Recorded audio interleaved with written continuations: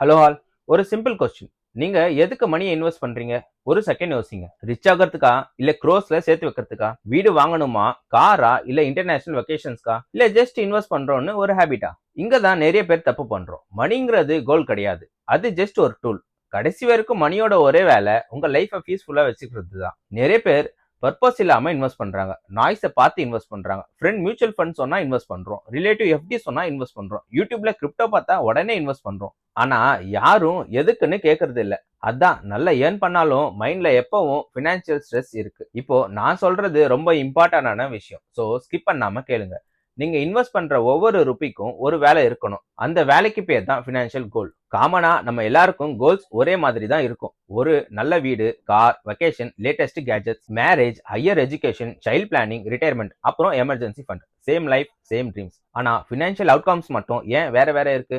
என்ன ஸ்ட்ராட்டஜி தான் மேட்டர்? மக்கள் பண்ற முதல் மிஸ்டேக் எல்லாத்துக்கும் ஒரே இன்வெஸ்ட்மெண்ட் போதும்னு நினைக்கிறது. மியூச்சுவல் ஃபண்ட்ல போட்டா போதும், எஃப்டில சேஃபா இருக்கும், ஸ்டாக் மார்க்கெட் ரிஸ்கி, இப்படி ஜெனரலைஸ் பண்ணக்கூடாது.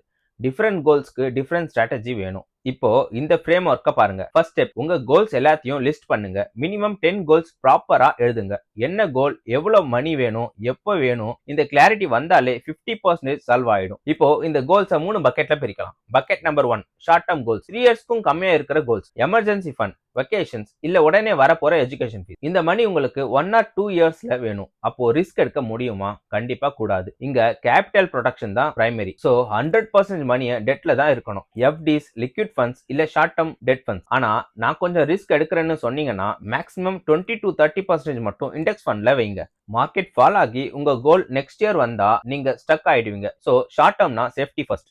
Bucket number 2, medium term goals, time period 3 to 6 years. Car, marriage, இல்ல ஹோம் டவுன் பேமெண்ட். இங்க கொஞ்சம் கண்ட்ரோல் ரிஸ்க் எடுக்கலாம். நல்ல அலோகேஷன்னா 40% இந்தியன் ஸ்டாக் மார்க்கெட், 60% டெட்ல இருக்கணும். ஆனா ஒரு முக்கியமான கான்செப்ட், மீடியம் டேர்ம் கோல் ஒரு நாள் ஷார்ட் டேர்மா மாறும். 5 இயர்ஸ்ல வீடு வாங்க போறீங்கன்னா அடுத்த 4 இயர்ஸ் ஆகும், அப்புறம் 3 இயர்ஸ் ஆகும். கோல் கிட்ட வர வர மணியை ஈக்விட்டில இருந்து டெட்க்கு மாத்தணும். இதுக்கு பேர் தான் ரீபேலன்சிங், ரிஸ்க குறைக்கிறது. Bucket number 3, long term goals, 6 இயர்ஸ்க்கும் மேல இருக்கிற கோல்ஸ். இதுதான் ரொம்ப இம்பார்ட்டன்டான, நம்ம இக்னோர் பண்ற bucket. Retirement, kids education, marriage, இத பத்தி இப்போ யோசிக்க மாட்டோம். கார் வாங்கலாம், வெக்கேஷன் போலாம்னு இப்போ ஸ்பெண்ட் பண்ணுவோம். பட் லாங் டேர்ம் பிளான் பண்ணலனா லைஃப் லேட் ஆக ஆக ரொம்ப எக்ஸ்பென்சிவா ஆயிடும். அதான் நிறைய பேர் மேரேஜுக்கும் எஜுகேஷனுக்கும் லோன் எடுக்கிறாங்க. இது எப்பவும் நடக்க கூடாது. லாங் டேர்ம் கோல்ஸ்க்கு growth பிளஸ் டைவர்சிபிகேஷன் வேணும். இது நான் ஃபாலோ பண்ற ஒரு simple framework. Not an advice, just a framework. 40% Indian equity, 20% debt, 20% US equity, 5% gold, 5% REITs, 5% crypto, 5% alternate asset. உங்களுக்கு கிரிப்டோ பிடிக்கலனா